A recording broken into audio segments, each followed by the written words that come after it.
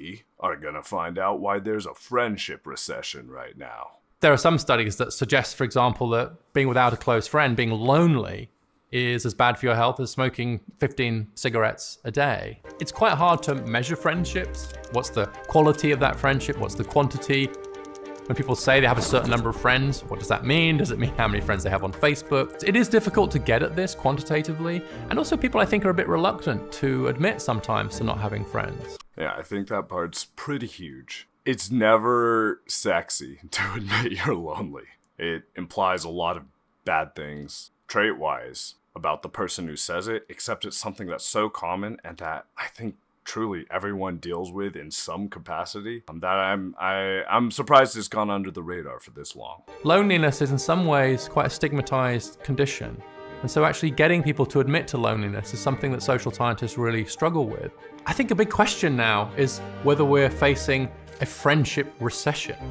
That's a term that Daniel Cox, a scholar at the American Enterprise Institute, has used to describe this rise in the number of people who lack a certain number of close friends, who have fewer people to turn to in times of crisis. You need a shoulder to cry on, or at least someone to have a conversation with. That's less and less likely to be a friend now. And as society changes in all kinds of ways, technologically, economically, then I think it's important that we pay attention to what is very often an underappreciated human relationship, which is the friendship. I think also we've all perhaps heard of the saying, it takes a village to raise a child, but I don't think it just stops there, because eventually we all have a crisis in our lives. Most of us usually have multiple. We need help moving, and it's, 8 p.m. at night and you're not ready, or, your loved one is in the hospital and you can't get a ride there because your car is broken down. There's all sorts of things that happens, and we truly need a village, not just for being raised, but also for continuing to thrive. The other part of that is also you need to be part of that village for other people and to extend a helping hand when the others also have their time of crisis. Yes. Friendships come in all shapes and sizes and are also formed in very different ways and in very different places. One way we form friends is just by being at the same school as somebody, by growing up Proximity. in the same place. Another way is through the situations you find yourself in, through work. There are also friends that you form through activities that are chosen, so through a volunteer activity or a sport, athletics. The fourth is online friendships.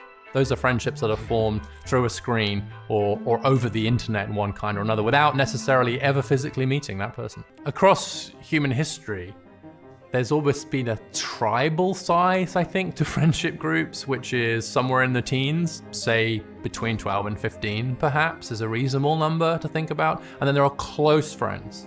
Some people, of course, have no close friends, but most people have at least a close friend. And most people would say that the ideal number of close friends to have is somewhere around the 3 or 4 number. I think it's not just that, but also many people these days don't even have one close friend. And so to hear this number 3 or 4, honestly, I have heard that you're lucky if you get 3 to 4 close friends in your entire life. And I mean really close, like a true ride or die for you. I think also if we measured fulfillment and wellness in numbers, close friends and their importance to that would be probably somewhere around, I'd say at least 40 to 50%. The other parts are filled up like family, arm's distance friends, etc., etc. But sometimes those close friends are all a person will have in their life, because some people don't have those other aspects that keep them going, like close family or relatives or arm's distance friends that on some level still care about their well-being. Friendship was something that the ancient philosophers used to take very seriously. If you go back to Aristotle, for example, in some ways seen as the ideal relationship. And one of the reasons why friendship is, I think, so important and so idealized is because it's a relationship of genuine and radical equality, and one in which you're not in the friendship in order to get something out of it for yourself. It's a true give and take relationship. A friend, because you have no real power over them, they're always free to tell you that you're being an idiot without fear of repercussions. And that's a very understated and not often talked about part of friendship, is you make friends with people that are your equals, essentially. And the relationship will reflect that. In the ideal circumstances, it's equal amounts of giving and lifting each other up. But regardless, most actual friendships are exactly what he's saying. People of radical equal nature. There's no sense of dependency. There's no sense of exchange. It's not a transactional relationship in any way. And in most other occasions, relationships do contain some kind of transaction, some kind of what's in this for me. But the definition of a friendship is a relationship where there is nothing in it for you other than the relationship. We've seen a decline in lots of traditional institutions, including the family, people marrying later if they do marry, obviously in areas like religion, in some cases the labor market. And so what that means is there's more of a need for people to have social relationships, connections outside of those institutions. That's where friends are hugely important. But during the same period, we've seen a real decline in the number of people who say that they have a number of close friends. There are a number of factors that could be getting in the way of forming friendships, particularly in 21st century US. Number one is geographical mobility, people moving away from their homes, moving to big cities or career opportunities, which necessarily stretches their friendship network. After I finished school, pretty much, I would say 90% of the people I knew moved back to their hometowns. They moved to a new city for a job, or they moved for their significant other. And so that 4 years that you spend building these relationships, in a lot of ways, it kind of gets reset back to zero after school ends. But parents are spending quite a bit more time on parenting, on looking after their kids, which squeezes out the time that they might have had for friendships before. There's also a lot of emphasis on work and careers, what some scholars call workism, which is a sense that just your identity is so wrapped up in your work that you don't have as much energy and time left over for friends. And then lastly, I'd point to the breakdown of relationships. As marriages break up or couples separate, that can be really fracturing of friendship groups that have been formed as a couple. Once they break up, the friendship groups...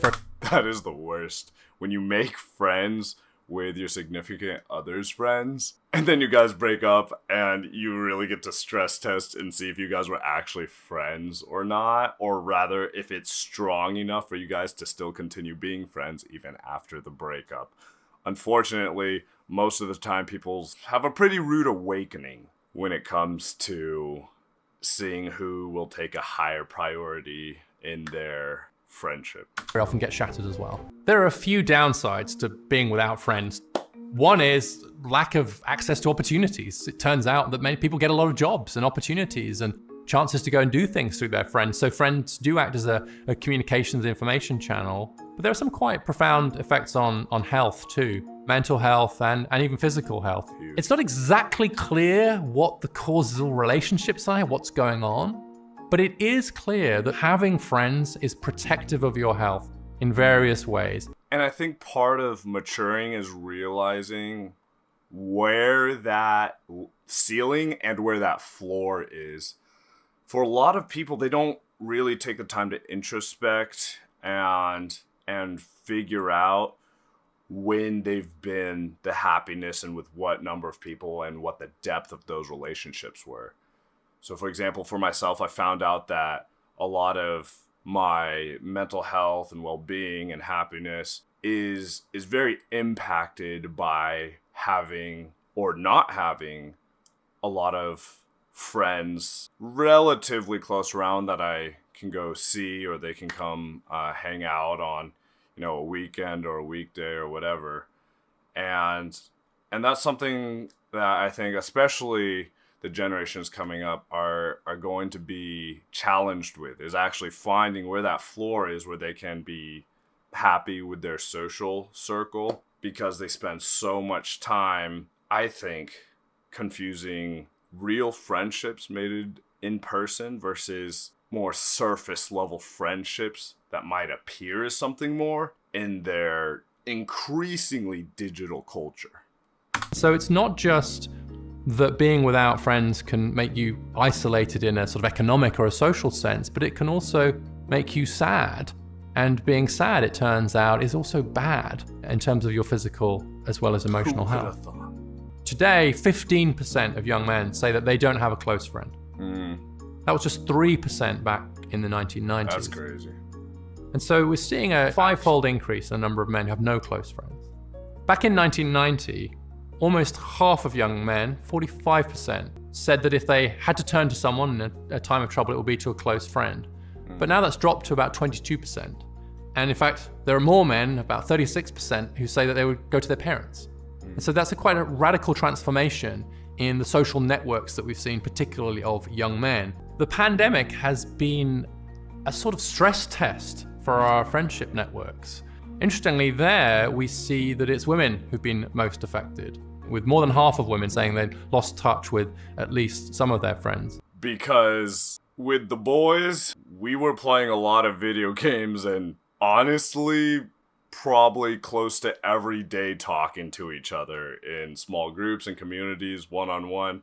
I spent so much time during the quarantine and stay-at-home time period hanging out with my buds online. And I think that was a massive boon for my mental health during that time.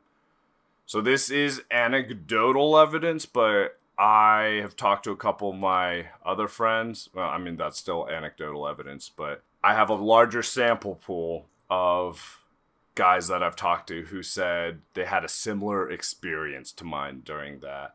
And so I think if we extrapolate that, it's not necessarily that surprising that the digital playground of video games really acted as essentially, I want to say, surrogate space for us to socialize. I think that's because female friendships are more based on physical relationships, on face-to-face time, whereas male friendships tend to be more mediated perhaps through activities or technology. We don't know for sure, but that gender gap is suggestive of the fact that women's friendships are more in need of more regular physical contact than male friendships are, which is maybe why women's friendships have borne the brunt of the impact of COVID on those friendship networks. There's obviously a dystopian version of how these trends could continue, which is a world of essentially atomized individuals without friends, isolated, sad, lonely, perhaps in ill health. I think that's why we have to pay real attention to these trends and to recognize that friendship is incredibly important for human flourishing and that people want to make friends. We're wired to want to be social creatures and to be friends, but that might be harder for us to do so in certain circumstances where we're under too much pressure, where we're too segregated, where the opportunities to cultivate friendship are not there. Yeah, environment plays a big role when it comes to ease of access to making friends. Let's say you live in the city and you have an apartment in downtown. It's easy to find stuff all over the place within 5 miles of you. You'll have to do more sorting, but that's a blessing in disguise. Whereas if you're in the country and your next door neighbor is 50 miles away, a lot tougher to make friends. I want to get a dog at that point. Think about maybe moving somewhere more where there's more people, more opportunities, if that is what you feel your social drive needs to fulfill its needs. A key lesson that we learn is that friendships don't form themselves. Friendship is not a flower that just blooms all on its own. It's more like a woodworking project that you have to carve out and continue to work on. One of the necessary steps to make... I would add to that woodworking analogy, friendship is like you have the chisel and they have to rotate the wood and position it so that you guys can make a beautiful sculpture together. It's a two-way street.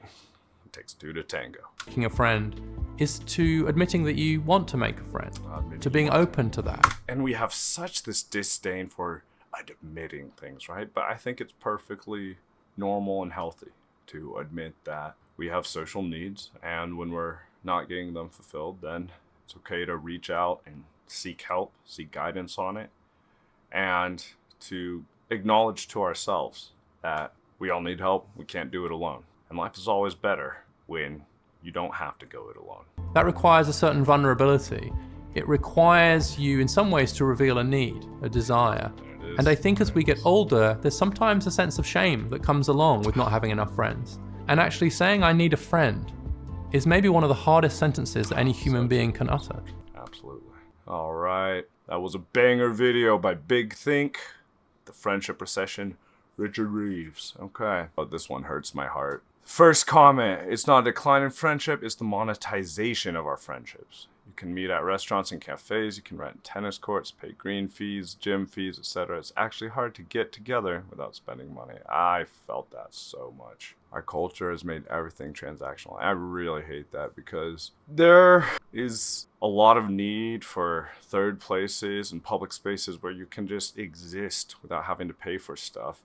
It's essentially paywalling opportunities to meet people when you have to pay to be in a space where there's other people and a space that is not moving specifically. It's very hard to make friends in a space where everyone is constantly moving, and that expands not just to the physical movements but also to life movements, like if you're in a city and people are constantly coming and going.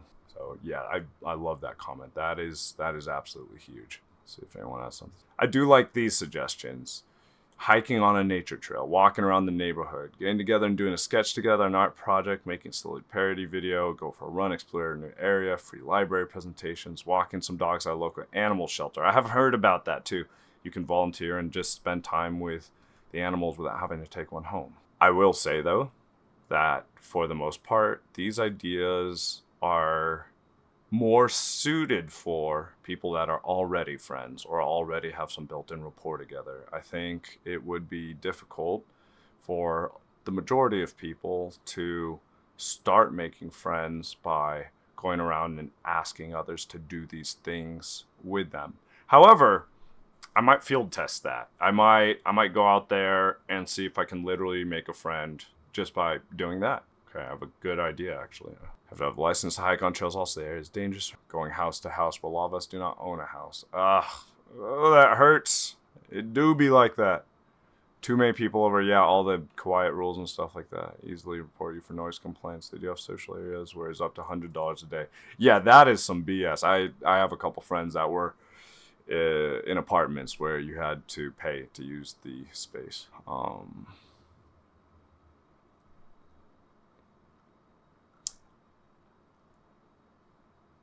Ideally, there would be a public space that would function well to facilitate new connections without there being some barrier to entry. And then as friendships and commonalities are formed, then the paying things make more sense because your probability of having a good experience and the money being worth it increases when there is more trust, more rapport, etc. Also, friendship has been treated as a second-class relationship. Look at all our books, movies, shows. It's all one big push.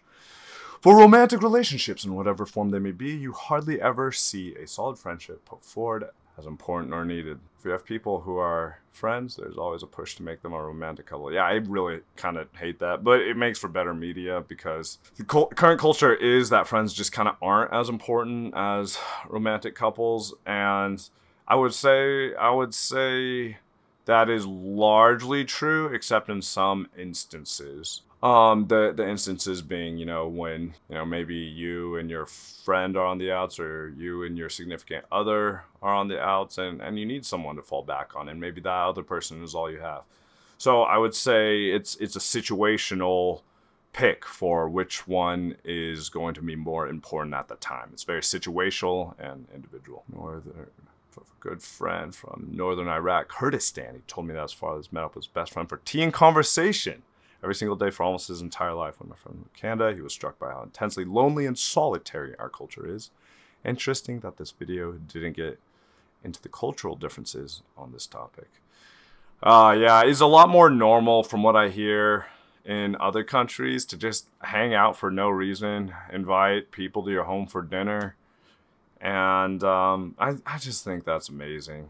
Of course, we all have seen others' perspective of specifically the United States. A lot of other countries tend to see U.S. as wow, everybody's just talking to you all the time and everybody's so social. But it's really not like that here. Maybe people do talk more, but if anything, it's incredibly superficial. They rarely lead to deeper relationships. And I'm not even saying deep as in a best friend. I'm just saying like talking with somebody and then just, deciding to, play pickleball together sometime, or getting a couple people together for a board game night. So rarely does the small talk end up going like that unless things go really well. And it's always a possibility. I do want to point that out. There's always a possibility of deeper relationships being formed. I'm 27. I'm pretty much friendless. I stopped being friends with my friends when I realized they didn't care about me. They wouldn't help me like I helped them when they need someone. Yeah, and that's a tough realization too. Is that sometimes people are not as close as they tell you they are, or as you think they are. And ultimately, that's a time and experience thing. Generally, you can tell where your relationship with someone is if you can have enough historical evidence of reciprocation or whatever, value their presence in their life brings to you. So yeah, bro, this one don't really sound like you had super close friends. They sound more like arm's distance friends. You guys might have something in common, but it doesn't go much deeper. And unfortunately, it sounds like you cherished their presence in your life a little more than they did. And that's not a dig at you. That's not your fault. It is unfortunately a painful learning lesson. And I guarantee you there's amazing people out there that will cherish you for the person you are in their lives. And it's all about finding those people. Stop spending time with people that don't value you as much as you value them. So yeah, wow, this put it very succinctly. To utter "I need a friend" is very hard because it implies that person is not lovable. I think it's more than that. I think implying that person is not lovable may be part of it. I think it also implies perhaps a lot of negative traits about the person. If somebody doesn't have friends, what are the other, possibilities? Maybe they are not very well socially calibrated. Maybe they are very mean to other people. Maybe they don't understand how to get along in social settings or groups. And maybe all they do is talk about themselves. There's a lot of negative possibilities as well that go through our mind in an instant if you ever hear somebody say, "I'm lonely" or "I need a friend." We tend to assign blame to these people rather than giving them the benefit of the doubt and thinking, well, maybe this person's just lonely. Whatever circumstances led them here, it's completely possible that it is not their fault. Maybe it is their fault, but you have to also have that symmetry of logic. Maybe it's not their fault. And I feel like most people that need friends and are in these tough positions, I think most of these people, they just have bad circumstances and they're shy. It's tough, man. It's tough to make friends with other people, especially after school. And here we go. A mentor of mine who was a psychologist for over 50 years once said to me, "If you have one true friend, you're luckier than most people." That's all it takes. Just one person in your corner. So yeah, I think there probably is a friendship recession. But I think if you can make one really good friend, like one true friend, man, everything else is just icing on the cake. Okay, that's it for me, guys. Banger video by Big Think. Thank you guys for watching.